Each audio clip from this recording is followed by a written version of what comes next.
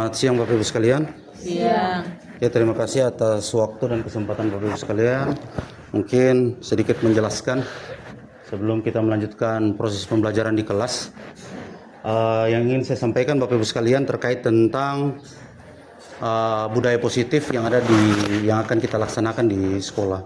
Nah, tapi sebelum kita melaksanakan budaya positif tersebut di sekolah, kita harus ketahui bersama bahwa ada beberapa hal yang penting kita ketahui bersama. Jadi dalam budaya positif itu kita akan belajar terkait tentang disiplin positif dan nilai-nilai kebajikan universal, kemudian teori motivasi, hukuman, penghargaan, dan restitusi, kemudian bagaimana membuat sebuah keyakinan kelas. Keyakinan kelas ini sebelumnya itu kita kenal dengan kesepakatan kelas. Kemudian yang selanjutnya itu terkait tentang kebutuhan dasar manusia. Kemudian terkait tentang materi restitusi itu yang harus kita pelajari dua hal. Yang pertama, bagaimana guru menjadi seorang memposisikan dirinya dalam 5 posisi kontrol. Kemudian yang ketiga, bagaimana seorang guru menyelesaikan masalah dengan siswa dengan cara segitiga restitusi. Nah, Bapak Ibu sekalian,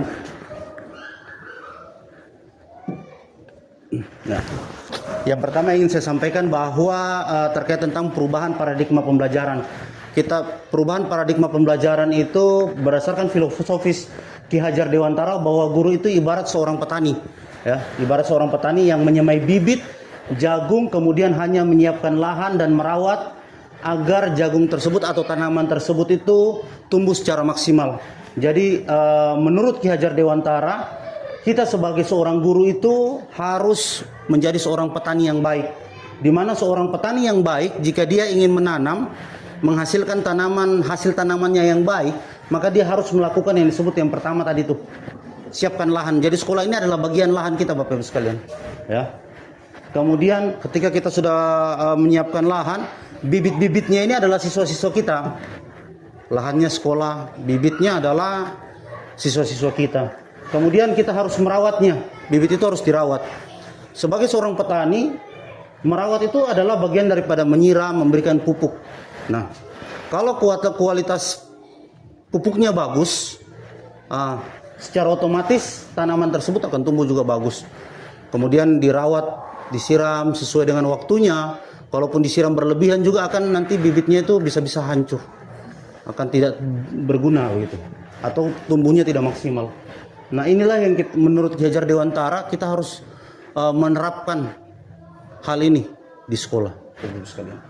Seorang guru itu diibaratkan seorang petani, ya. Ini sudah dijelaskan tadi bahwa seorang guru harus mengusahakan kelas atau sekolah menjadi lingkungan yang menyenangkan. Kita sudah berupaya untuk membuat pojok baca di setiap kelas. Kemudian kita sudah berusaha untuk memperindah lingkungan sekolah. Kita sudah berusaha membuat lapangan sekolah. Tujuannya apa? Agar sekolah itu menjadi nyaman bagi siswa. Nah, gitu. Kemudian menjaga dan melindungi agar karakter murid itu tumbuh dengan baik sesuai dengan kodratnya. Gitu. Nah, kemudian selanjutnya terkait tentang disiplin positif. Disiplin positif yang dimaksudkan adalah disiplin yang muncul dari motivasi internal yang kuat. Jadi siswa itu disiplin bukan karena ada hadiah yang diberikan oleh seorang guru atau ingin mendapatkan penghargaan, tetapi kita harus usahakan bahwa disiplin itu muncul karena motivasi internal dalam diri siswanya, bahwa mereka meyakini jika mereka disiplin maka mungkin masa depan mereka akan lebih baik. Artinya kita harus ajarkan mereka bahwa disiplin itu bukan hanya sekedar keinginan, tetapi harus menjadi sebuah motivasi yang muncul dari internal. Tujuannya untuk pengembangan diri mereka sendiri. Kemudian selanjutnya adalah menggali potensi diri menuju sebuah tujuan yang bermakna. Mengontrol diri, menguasai diri untuk memilih tindakan sesuai dengan nilai-nilai kebajikan universal. Kemudian nilai kebajikan universal kita misalnya pada P5. Ya. Di kelas-kelas saya sudah lihat di kelas 9, kelas berapa kemarin Ibu Mary? Wali kelasnya? Kelas 9. Ya, di kelas 9 itu saya lihat P5-nya itu nilai-nilai P5 profil pelajar Pancasila itu 6 nilai profil pelajar Pancasila itu sudah tergantung di kelasnya. Gitu. Maka wali-wali kelas yang tahun ajaran ini saya harapkan kalau setidaknya bisa mencontoh wali-wali kelas sebelumnya. Begitu.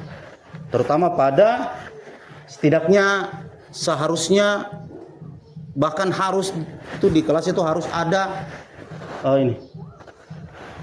nilai-nilai profil pelajar Pancasila, sehingga siswa tahu bahwa nilai pertama ketuhanan yang Maha Esa, nilai keduanya apa sampai nilai ke-6. Nah, inilah upaya kita untuk menerapkan disiplin positif. Kemudian yang selanjutnya adalah terkait tentang teori motivasi manusia. Jadi menurut Dian Gosen dalam bukunya Rekonstruksi School Disiplin itu ada 3 alasan motivasi manusia dalam melakukan sesuatu. Yang pertama, menghindari ketidaknyamanan atau hukuman, mendapatkan imbalan atau penghargaan dari orang lain, menjadi orang yang diinginkan dan menghargai diri sendiri dengan nilai-nilai yang dipercaya. Kita berada pada posisi yang mana, Bapak Ibu sekalian? Coba Pak Ihe saya tanya. Menurut Pak Ihe, kenapa Pak Ihe datang tepat waktu? Pak Ihe berada pada posisi yang mana di sini?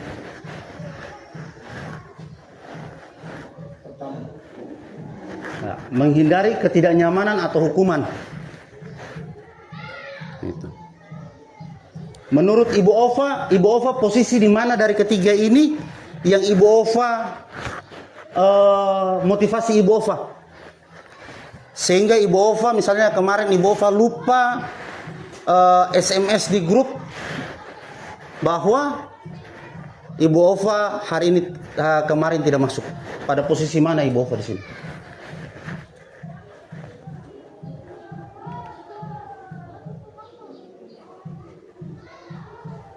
Apakah Ibu Ova pada posisi mana Ibu Ova?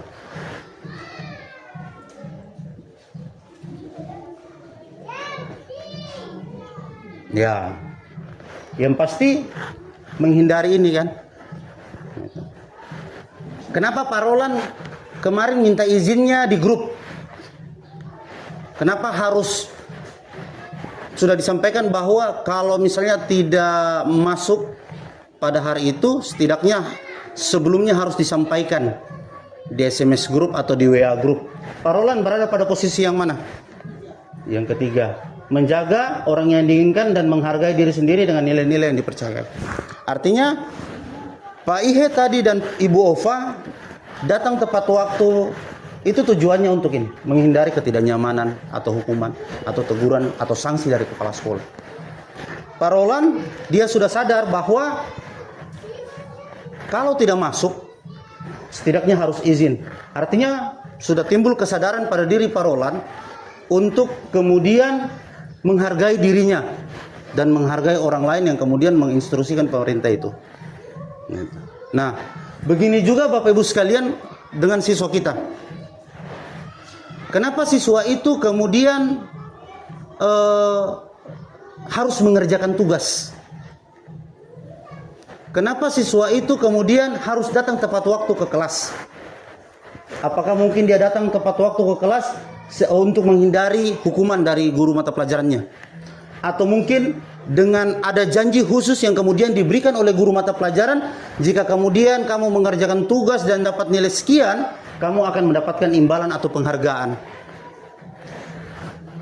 Mungkin itu motivasinya, atau mungkin karena dia sadar secara pribadi seorang pelajar itu harus kemudian memiliki motivasi untuk berubah, untuk mengembangkan dirinya sesuai dengan nilai-nilai yang dipercayainya. Nah, hal inilah, teori motivasi inilah yang ada pada kita dan ada kepada siswa. Tetapi tujuan akhirnya kita itu seperti tadi materi sebelumnya, slide sebelumnya, disiplin positif. Tujuan kita itu ini, Bapak. Target kita ini, kita harus sadar secara pribadi sebagai seorang guru itu adalah teladan bagi siswa kita. Dengan secara otomatis, kalau kita menjadi teladan untuk siswa kita, maka kita dapatkan yang ini, Bapak sekali. Jadi mulai saat ini kita berupaya untuk memperbaiki diri dan kemudian kita akan berupaya untuk memperbaiki siswa kita. Kemudian Simpulan dari teori motivasi adalah berdasarkan ketiga alasan tersebut, tindakan pendisiplinan dengan melakukan hukuman atau memberikan imbalan itu bisa disebut dengan motivasi eksternal. Dan hal tersebut tidak akan bertahan lama. Hari ini kita hukum siswa, besok pasti dia bikin lagi. Kenapa? Karena motivasi eksternal yang didapatkan ini. Untuk menghindari ketidaknyamanan atau hukuman, atau ingin mendapatkan imbalan. Tetapi kalau motivasinya berdasarkan motivasi internal dalam dirinya, secara otomatis dia sadar. Di sini kan sudah ada beberapa siswa yang memiliki motivasi internal. Nah, tapi sebagian besar dari siswa kita berada pada dua hal ini. Sekarang bagaimana kita mau meningkatkan hal ini, itu tergantung kita semua, Bapak sekalian. Upaya untuk memperbaiki sekolah dalam kondisi ini itu kita sudah upayakan. Tinggal bagaimana kemudian kita mengasah, menghidupkan, mengembangkan potensi pada siswa kita pada motivasi internalnya. Mereka sadar bahwa di sekolah itu kewajiban seorang siswa. Mereka sadar mengerjakan tugas itu adalah kewajiban seorang siswa, begitu Bapak sekalian. Kemudian kebutuhan dasar manusia. Jadi berdasarkan beberapa penelitian tentang teori kontrol, semua perilaku manusia pasti memiliki tujuan, bahkan sebuah kesalahan yang dilakukan peserta didik pasti memiliki alasan. Kenapa? Karena ada pemenuhan dasar manusia. Ada 5 kebutuhan dasar manusia. Yang pertama adalah survival atau kebutuhan untuk bertahan hidup, yaitu kebutuhan yang berkaitan dengan fisik seperti makanan, tidur, tempat tinggal, kemudian penerimaan atau kebutuhan cinta dan kasih sayang, kebutuhan penguasaan, pengakuan dan kemampuan, kebutuhan kebebasan atau kebutuhan akan pilihan, kebutuhan akan kesenangan. Jadi Bapak Ibu sekalian, yang pertama survival, kebutuhan bertahan hidup. Kenapa orang berkelahi? Karena batas kebong. Kenapa orang hari ini baku pukul? Karena perebutan harta. Kenapa? Karena ini Bapak Ibu sekalian, kebutuhan survivalnya, kebutuhan bertahan hidupnya. Harta tersebut, kebun tersebut apa? Kebutuhan dasar dia. Untuk makan mungkin, ada duit dari situ. Nah, kebutuhan dasar siswa kita apa? Survivalnya. Ada siswa ada masalah, misalnya studi kasusnya begini. Siswa A setiap kali jam istirahat dia kemudian mengganggu siswa B, ya, atau merebut makanannya siswa B ini, atau mungkin meminta uang palak siswa B ini. Maka dari 5 kebutuhan ini mana yang dia inginkan? Kebutuhan siswa A itu. Ya, apalagi?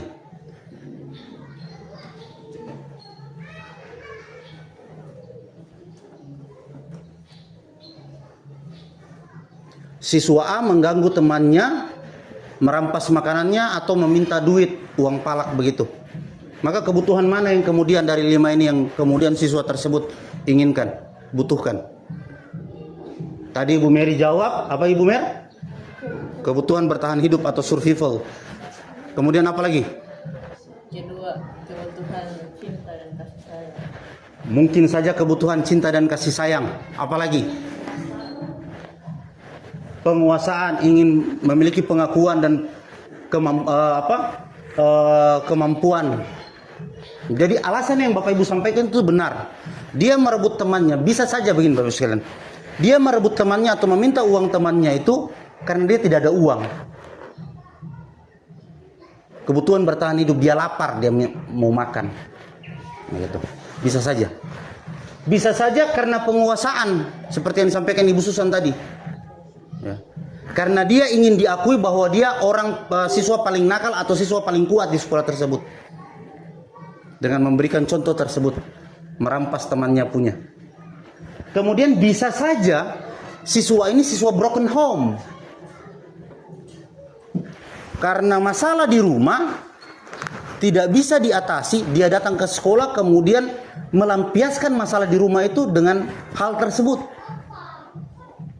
Tetapi untuk mengetahui kebutuhan cinta dan kasih sayang ini, apa yang kita harus lakukan? Bapak Ibu sekalian, apa yang harus kita lakukan? Kita kan tidak tahu nih. Kita tahu siswa tersebut hanya merampas makanan dan uang temannya.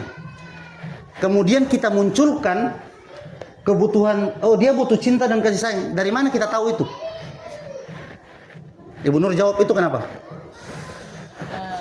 Ya seperti tadi yang Pak bilang, sampaikan mungkin di rumah ada masalah keluarga, dia datang ke sekolah untuk datang di sekolah melampiaskan itu dengan mencari perhatian dari teman sesamanya yang sejawat. Ya seperti itu ya Bapak Ibu sekalian. Jadi bahwa hal tersebut bisa dilakukan atau kita guru bisa ketahui caranya bagaimana. Kita panggil siswa itu, kita tanyakan dia mengapa dia melakukan hal tersebut. Dari wawancara dengan siswa tersebut, bisa saja siswa tersebut curhat. Kemudian bahwa dia mengatakan bahwa dia ternyata anak ini butuh perhatian dari orang tuanya. Pelampiasan dari rumah yang dia lakukan, dia perbuat di sekolah. Sekalian ya. Nah, jadi 5 kebutuhan dasar ini, kita sebagai ini bukan kebutuhan dasar siswa, tetapi kebutuhan dasar manusia. Jadi kita sebagai guru juga, kenapa hari ini kita datang kerja di sekolah? Ya karena ini survival. Kita kerja keras itu tujuannya untuk survival. Tujuannya apa lagi? Untuk ini Bapak sekalian, cinta dan kasih sayang. Kita ada uang, kita bisa bahagiakan keluarga kita. Jadi kebutuhan ini semuanya itu siswa juga alami, kita juga alami. Jadi bagaimana menempatkan posisi kita? Maka kita selanjutnya materi terkait tentang posisi kontrol restitusi. Jadi masih menurut Dian Gosen, ya, mengemukakan atau mengatakan bahwa guru perlu meninjau kembali penerapan disiplin di dalam ruang-ruang kelas mereka selama ini. Apakah telah efektif? Apakah berpusat dan memerdekakan dan memandirikan murid? Jadi ini pertanyaannya Gosen. Apakah siswa kita di kelas itu telah efektif? Proses pembelajaran kita itu sudah efektif belum? Materi yang diberikan oleh guru itu sudah efektif belum? Daya tangkap siswanya sudah efektif belum? Media dan model pembelajaran yang kita gunakan di kelas itu sudah efektif atau belum? Apakah pembelajaran kita itu berpusat atau berpihak kepada murid?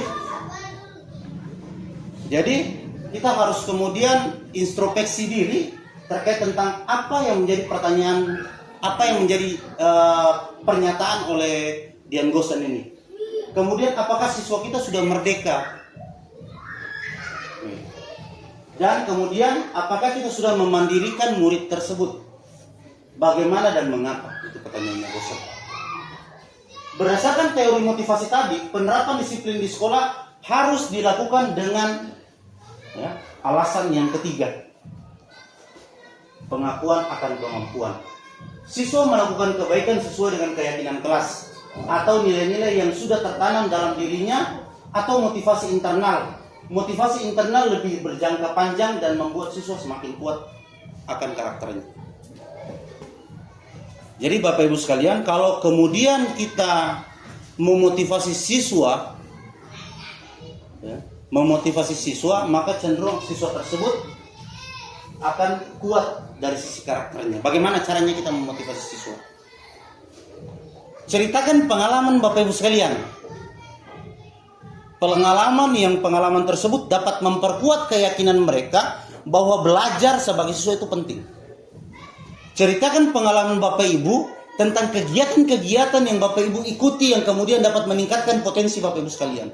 Sehingga siswa tersebut termotivasi mau melakukan hal tersebut. Sehingga apa? Sehingga ini yang kita inginkan. Karakter siswanya semakin kuat. Kenapa? Karena nilai-nilai universalnya sudah tertanam di dalam dirinya. Salah satu nilai-nilai universal itu Misalnya tadi profil pelajar Pancasila, 6 profil pelajar Pancasila. Makanya itu tadi saya sampaikan bahwa profil pelajar Pancasila itu setidaknya ditempel di dalam kelas, sama seperti yang dilakukan di kelasnya Ibu Mary. Dalam RPP kita atau modul ajar guru juga itu kan diminta dimensi profil pelajar Pancasila ditaruh. Pada materi itu profil pelajar mana yang kemudian diinginkan. Begitu juga pada penguatan proyek P5 kita. Pada proyek yang kita laksanakan di sekolah itu atau kita agendakan, penguatan proyek mana yang kemudian diinginkan. Jadi penerapan profil pelajar Pancasila itu pada dimensinya itu dia kena begitu, karakter mana yang diinginkan. Nah. Kemudian 5 posisi kontrol restitusi. Jadi menurut Dr. William Glasser, Gosen berkesimpulan ada 5 posisi kontrol yang diterapkan oleh seorang guru, orang tua, atasan dalam penerapan kontrol. Kelima posisi kontrol tersebut ada 5 ini. Apakah sebagai penghukum, pembuat rasa bersalah, teman, pemantau, manajer. Semua hal ini itu kita lakukan di rumah. Di rumah kita sebagai orang tua, di sekolah kita sebagai guru. Itu kita lakukan. Sedangkan dari 5 posisi tersebut, ya kita berada pada posisi yang mana? Anak kita tidak belajar di rumah. Pada posisi mana yang kita lakukan? Anak kita tidak belajar di rumah. Masalahnya anak kita tidak belajar di rumah. Dari 5 posisi kontrol tersebut, kita bertindak pada posisi kontrol yang mana, Bapak Ibu sekalian? Saya tidak mungkin tanya Ibu Susan belum punya anak. Ibu Mary, Fabio tidak belajar di rumah. Pada posisi kontrol mana Ibu Mary? Teman. Mana? Teman. Berarti Ibu Mary panggil dia, posisinya bagaimana tuh kalau teman menurut Ibu Mary? Bersikap sebagai teman sebaya, mengajarkan belajar. Ya, bersikap sebagai teman sebaya untuk mengajarkan dia. Oke. Nah, terkadang kita Bapak Ibu sekalian kita sebagai penghukum, ya, bertindak sebagai penghukum. Anak tidak belajar kita hukum. Ini posisi kita. Tapi nanti kemudian dijelaskan seperti apa sih contohnya. Misalnya pada posisi yang pertama, posisi penghukum. Seorang penghukum biasa bisa menggunakan hukuman fisik atau hukuman verbal. Anak-anak terlambat, datang pas Ibu Susan apel, Ibu Susan koleto, bertepuruk. Itu juga bagian daripada posisi penghukum. Orang-orang yang menjalankan posisi penghukum senantiasa mengatakan bahwa sekolah memerlukan sistem atau alat yang dapat lebih menekan murid-murid lebih dalam lagi. Sebelum saya jadi calon guru penggerak, Bapak Ibu sekalian, posisi penghukum ini biasa saya lakukan. Kenapa? Hukuman itu adalah bagian daripada posisi seorang guru mengontrol siswanya. Tapi setelah saya jadi calon guru penggerak, saya dapat materi ini. Saya rasa bagaimana ya? Rasa lain-lain begitu. Bahwa ternyata kita sebagai seorang guru, bahkan sebagai seorang orang tua itu, posisi penghukum ini terkadang membuat anak kita itu jadi tidak memiliki motivasi untuk belajar. Misalnya kata-katanya guru, patuhi aturan saya atau awas ya. Awas ya kalau tidak mengerjakan tugas, ya begitu Ibu Nur? Ya. Ya. Kamu selalu saja salah. Pokoknya katanya guru tersebut selalu menghakimi secara verbal bahkan secara fisik. Jadi apakah kita sebagai penghukum? Nah, itu kita introspeksi diri. Kemudian pembuat rasa bersalah. Apakah kita posisi ini, Bapak Ibu sekalian? Pada posisi ini biasanya guru akan bersuara lebih lembut. Pembuat rasa bersalah akan menggunakan keheningan dan membuat orang lain merasa tidak nyaman, bersalah atau rendah diri. Kata-kata yang keluarnya dengan lembut seperti, ibu saya kecewa sekali dengan kamu. Berapa kali bapak harus memberitahu kamu? Gimana coba kalau orang tua kamu tahu perbuatan kamu? Kita terkadang menggunakan ini Bapak sekalian, no? Pembuat rasa bersalah. Di posisi ini murid akan memiliki penilaian diri yang buruk tentang diri mereka. Jadi ketika kita lakukan hal tersebut, siswa itu merasa ternyata saya ini seperti ini, kurang bagus begitu. Ternyata saya itu anak yang tidak baik begitu. Nah, kemudian posisi teman seperti yang disampaikan oleh Ibu Mary tadi. Guru pada posisi ini tidak akan menyakiti murid, namun akan tetap berupaya mengontrol murid melalui persuasif. Posisi teman pada guru biasanya negatif. Ini Bu Mary. Bisa negatif ataupun positif. Posisi positif di sini berupa hubungan baik yang terjalin antara guru dan murid. Guru di posisi teman menggunakan hubungan baik dan humor untuk mempengaruhi teman. Jadi posisi teman yang kita lakukan kepada siswa dan anak kita di rumah itu bisa berdampak dua hal. Bisa berdampak negatif dan bisa berdampak positif. Berdampak positifnya seperti ini. Ada hubungan yang baik antara komunikasi yang baik. Tetapi negatifnya seperti apa Bapak Ibu sekalian? Karena siswa kita menganggap kita temannya, maka tidak ada proses menghargai guru. Ini terjadi di kota-kota. Banyak terjadi di kota-kota, tapi di perdesaan itu siswa seperti kita di sini itu siswa kita masih menghargai kita sebagai gurunya.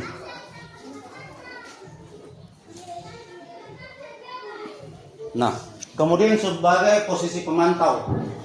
Pemantau berarti mengawasi. Pada saat kita mengawasi, kita harus bertanggung jawab atas perilaku orang-orang yang kita awasi. Posisi pemantau berdasar pada peraturan-peraturan dan konsekuensi dengan menggunakan sanksi atau konsekuensi. Kita dapat memisahkan hubungan pribadi kita dengan murid sebagai seorang yang menjalankan posisi pemantau. Jadi kita pantau siswanya. Kita lihat. Istilahnya kita observasi terkait tentang apa dan perilaku dia.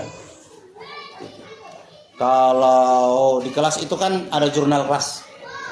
Di dalam jurnal kelas kita kan ada di paling bawah itu kan catatan anekdotal. Catatan anekdotal itu adalah posisi observasi kita dalam posisi pemantau. Nah, ini biasanya pertanyaan-pertanyaan yang diajukan oleh seorang pemantau. Kamu tahu peraturan sekolah kita apa? Apa yang telah kamu lakukan? Ini posisi pemantau. Sanksi atau konsekuensi apa yang kamu lakukan karena kamu mengganggu temanmu? Nah, itu posisi pemantau. Nah, kemudian yang terakhir posisi manajer. Posisi manajer adalah posisi di mana guru berbuat sesuatu bersama dengan muridnya, kemudian mempersilahkan muridnya mempertanggungjawabkan perilakunya. Mendukung muridnya agar dapat menemukan solusi atas permasalahannya sendiri. Bila kita menginginkan murid-murid kita menjalani manusia yang merdeka, mandiri dan bertanggung jawab, maka kita perlu mengacu kepada restitusi yang dapat menjadikan murid kita seorang manajer bagi diri sendiri. Murid diajak untuk menganalisis kebutuhan dirinya maupun kebutuhan orang lain. Jadi cara yang pendekatannya adalah pendekatan restitusi Bapak Ibu sekalian. Tujuannya apa? Tujuannya kita ajak siswa agar dia menyadari kebutuhan dirinya, kemudian kebutuhan orang lain. Mengapa kamu melakukan hal tersebut? Apakah ada hal khusus kamu melakukan hal tersebut? Apa dampak dari perbuatanmu terhadap dirimu dan orang lain? Biasanya pertanyaan-pertanyaan manajer itu seperti itu. Nah, apa yang kamu yakini misalnya dari keyakinan kelas? Jadi misalnya dia telah melanggar keyakinan kelas. Maka ditanyakan itu apa yang telah kita sepakati bersama dalam keyakinan kelas. Untuk kemudian merefresh dia, menyadarkan dia kembali bahwa ada kesalahan dari apa yang dia lakukan.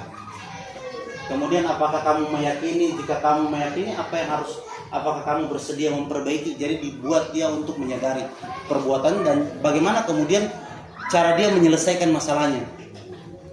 Nah, kemudian ketika apa rencana kamu dalam memperbaiki hal tersebut. Jadi tugas seorang manajer bukan untuk mengatur perilaku seseorang. Kita membimbing murid untuk dapat mengatur dirinya. Seorang manajer bukan memisahkan murid dari kelompoknya, tetapi kemudian mengembalikan murid tersebut ke dalam kelompoknya. Kalau dia melakukan kesalahan, bukan berarti dia bukan bagian dari kelompoknya, gitu sekalian. Kita harus berupaya mengembalikan dia kepada lingkungan teman-temannya. Dengan cara apa? Membuat dia sadar terhadap tentang apa yang telah dia lakukan. Nah, jadi posisi kontrol guru yang terbaik adalah posisi seorang manajer, gitu sekalian. Jadi kita berupaya untuk melakukan hal itu. Nah, dalam posisi kita sebagai manajer, ya, ada 3 kebutuhan restitusi, ya, ada 3 apa tadi? Budaya kontrol itu.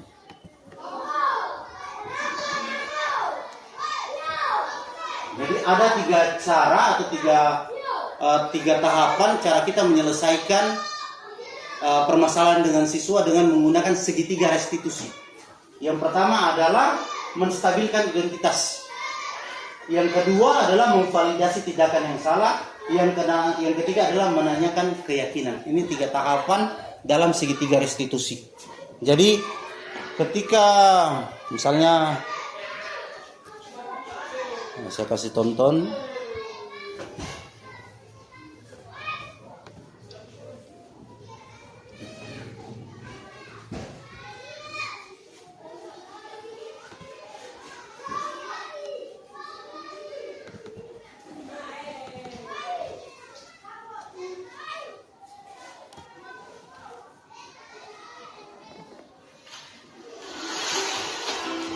Nah, jadi ini contoh demonstrasi kontekstual saya punya tugas kemarin terkait tentang segitiga restitusi.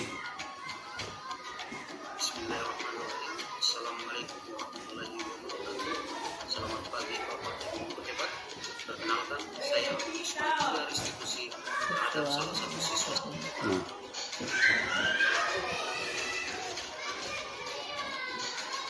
Jangan perhatikan kupingnya ya. Kupingnya ada pemasuk. Bagaimana kabarnya?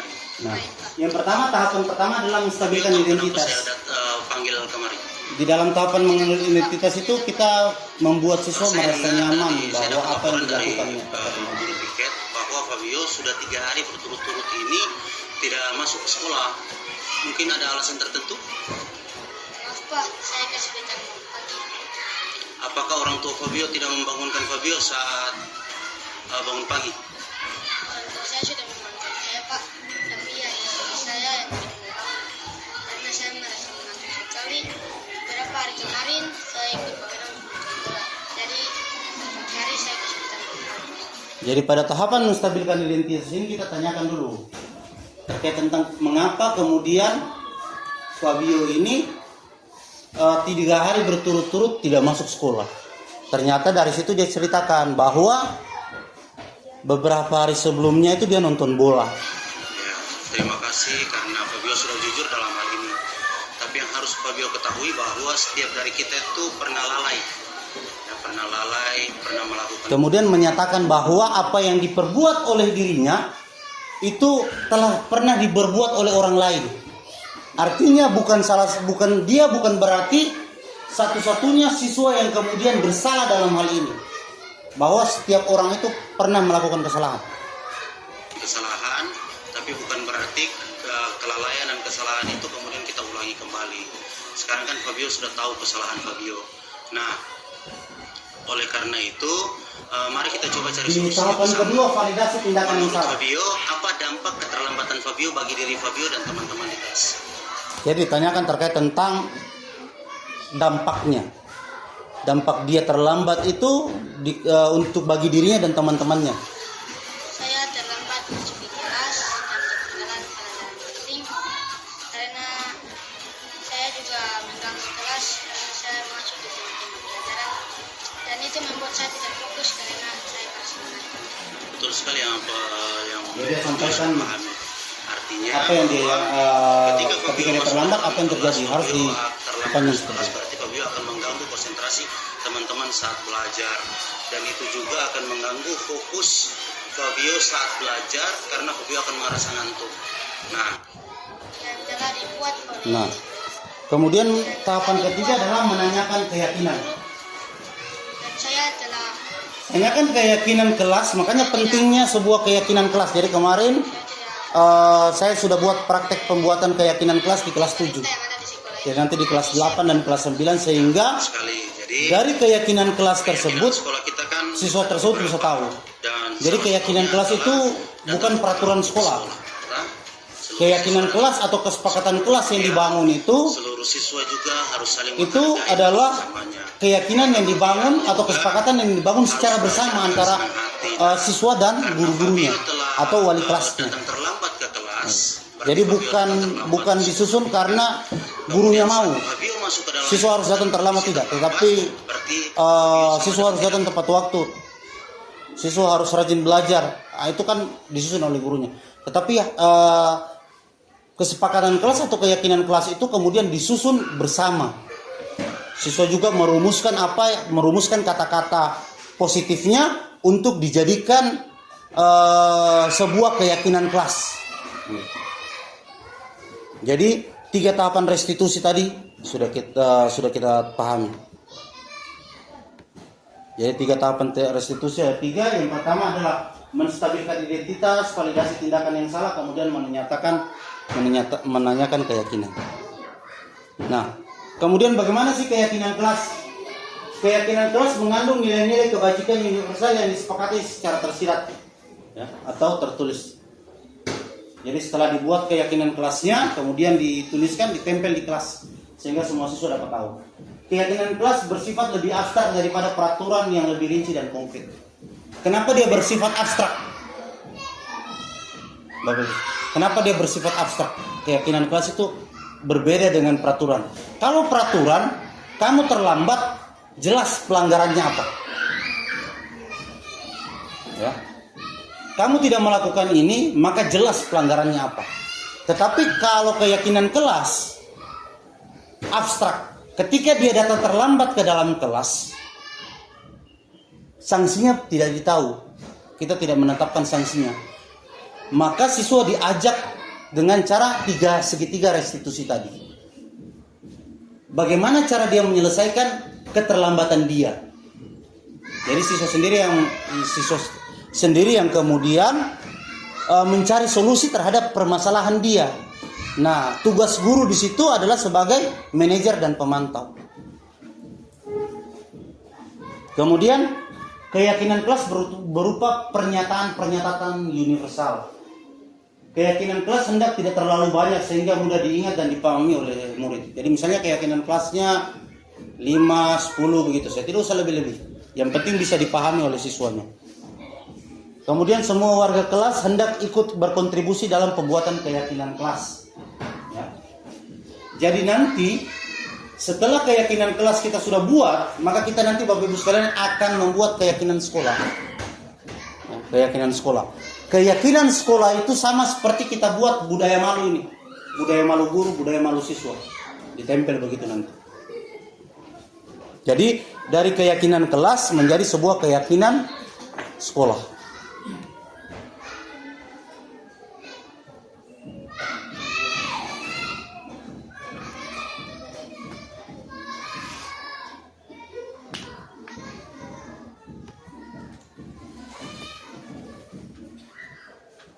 Oke. Nah ini tadi yang kita jelaskan, Bapak Ibu saya jelaskan terkait tentang segitiga restitusi. Jadi dalam segitiga restitusi itu adalah segitiga dalam penyelesaian masalah siswa. Jadi yang pertama menstabilkan identitas. Tindakan yang dilakukan adalah kita semua akan melakukan hal terbaik yang bisa kita lakukan. Kemudian validasi tindakan yang salah. Tindakannya semua perilaku memiliki alasan. Kemudian menanyakan keyakinan. Tindakannya kita semua memiliki motivasi internal. Ini tahapan segitiga restitusi seperti tadi pada video. Nah, oke Bapak Ibu sekalian, terima kasih. Oke Bapak Ibu sekalian, terima kasih atas atas waktunya hari ini. Kemudian dari hal ini saya ingin kemudian ada semacam umpan balik dari Bapak Ibu sekalian. Ya, ada umpan balik dari Bapak Ibu sekalian atau refleksi dari Bapak Ibu sekalian tentang tentang budaya positif yang tadi telah saya sampaikan di Bapak Ibu sekalian. Mungkin 1-2 orang ya. Saya persilakan Bapak Ibu sekalian. Oke, baik. Pak Bos, saya minta tolong kasih dekat biar Bapak dengar rekaman suara. Kasih saya langsung masuk.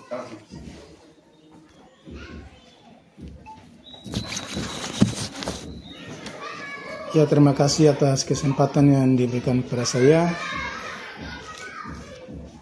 Di sini saya berpendapat tentang budaya positif di sekolah, yaitu nilai-nilai atau kebiasaan-kebiasaan di sekolah yang berpihak pada peserta didik agar mereka dapat berkembang menjadi pribadi yang penuh hormat dan bertanggung jawab. Contohnya bersikap sopan, terus minta izin pada guru bila akan masuk atau keluar kelas pada saat proses pembelajaran sebagai wujud menghargai diri sendiri dengan orang lain. Terus yang berikut kebiasaan budaya antrian. Dan yang terakhir melaksanakan kerja bakti, membersihkan lingkungan sekolah dengan siswa lain atau dengan guru. Mungkin itu, terima kasih Pak. Oke, terima kasih. Yang lain satu orang lagi mungkin. Ya. Dari ibu-ibu sekarang mungkin Ibu Mary, Ibu Nur. Oke, terima kasih atas kesempatannya. Dari saya yang tadi dibicarakan itu budaya positif. Untuk budaya positif di dalam kelas, saya ingin tanyakan yaitu bagaimana cara kita mengatasi siswa yang saat proses pembelajaran sering keluar masuk dengan banyak alasan. Kadang alasannya ke kamar mandi tapi tidak ke kamar mandi dan duduk di tempat lain. Itu saja dari saya. Oke, mungkin terima kasih atas pertanyaannya Bu Nur. Jadi Bu Nur tanyakan, bagaimana cara kita mengatasi siswa yang kemudian saat proses pembelajaran di kelas, siswa tersebut itu sering keluar masuk, ya, sering keluar masuk di kelas. Kemudian izinnya dia ke kamar kecil, tetapi padahal dia tidak ke kamar kecil. Jadi kira-kira menurut Bapak Ibu untuk menyelesaikan masalah siswa seperti ini itu bagaimana? Dari Pak Boso, untuk menyelesaikan masalah siswa tersebut seperti apa Pak Boso, menurut Pak Boso? Bagaimana Pak pertanyaan? Pada proses pembelajaran, siswa di kelas, ada siswa di dalam kelas yang kemudian dia sering keluar masuk minta izin, tetapi minta izinnya misalnya di kamar kecil, ternyata dia tidak ke kamar kecil tapi duduk di luar. Nah, untuk menyelesaikan masalah siswa seperti ini menurut Pak Boso seperti apa?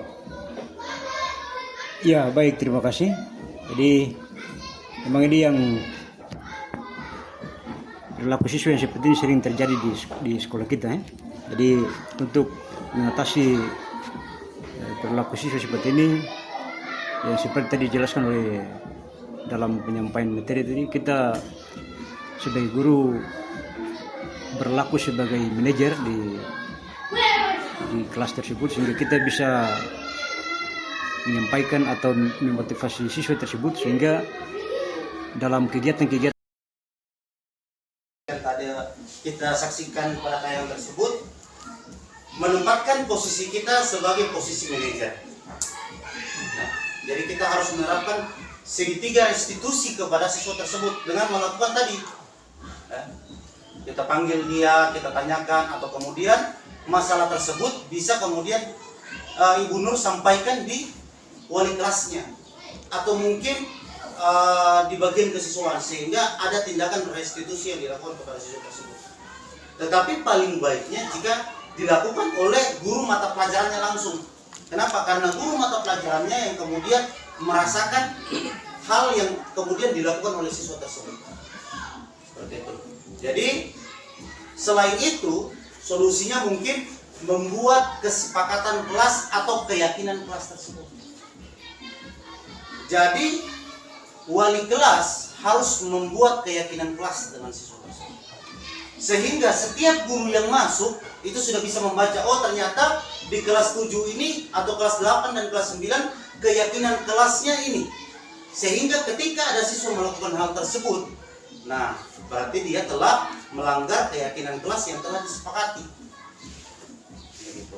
Maka ketika ada siswa tersebut, berarti penerapan yang dilakukan adalah penerapan segitiga restitusi. Pola yang dilakukan oleh guru adalah pola kontrol sebagai manajer.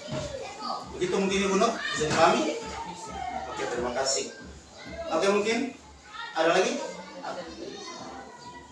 Pak Iye tadi, apa yang disampaikan oleh Pak Iye tadi itu masuk ke kesimpulan apa dari apa yang kemudian Pak Iye pahami terkait tentang budaya positif. Jadi terima kasih juga Pak Iye tadi atas penyampaian terkait tentang budaya positif dan seperti yang dilakukan oleh Pak Iye tadi, sampaikan oleh Pak Iye tadi bahwa bergotong royong membersihkan lingkungan sekolah itu adalah bagian daripada budaya positif yang dilakukan di sekolah. Tujuannya apa? Agar siswa menyadari pentingnya kebersihan, pertama, menyadari terkait tentang nilai kemandirian. Mungkin itu saja ya yang sampaikan tadi Pak Iye, bagus sekali. Oke, beri applause untuk kita semua Pak. Oke, terima kasih atas waktu dan kesempatannya pada hari ini. Baru sekalian meluangkan waktunya mungkin kurang lebih 45 menit. Dan jika kemudian apa yang saya sampaikan ini dapat bermanfaat untuk kita semua, mudah-mudahan kita bisa terapkan di kelas kita dan untuk siswa kita secara bersama. Artinya kita mencoba menepis terkait tentang budaya timur, bahwa budaya timur itu orangnya keras-keras, maka pola pendidikannya juga harus keras. Jadi pola inilah yang kemudian coba diubah, terutama pada SMP Negeri 30 Halmahera Barat. Saya akhiri, billahi taufiq wal hidayah, summa-salam, wassalamualaikum warahmatullahi wabarakatuh, dan selamat siang Bapak Ibu sekalian. Bapak Ibu guru hebat, di sekolah kami tengah menumbuhkan budaya positif yang hangat dan inklusif. Dengan menerapkan nilai-nilai seperti saling menghormati, kerjasama, dan tanggung jawab, kami ingin menciptakan lingkungan belajar yang nyaman dan inspiratif bagi seluruh siswa. Perubahan kecil seperti senyum, sapa, dan ucapan terima kasih telah membawa dampak besar dalam menciptakan suasana sekolah yang lebih positif. Terima kasih telah menyaksikan video diseminasi budaya positif dan praktik pembuatan keyakinan kelas pada SMP Negeri 30 Halmahera Barat. Semoga video ini dapat bermanfaat. Salam guru penggerak, bergerak, tergerak, dan menggerakkan.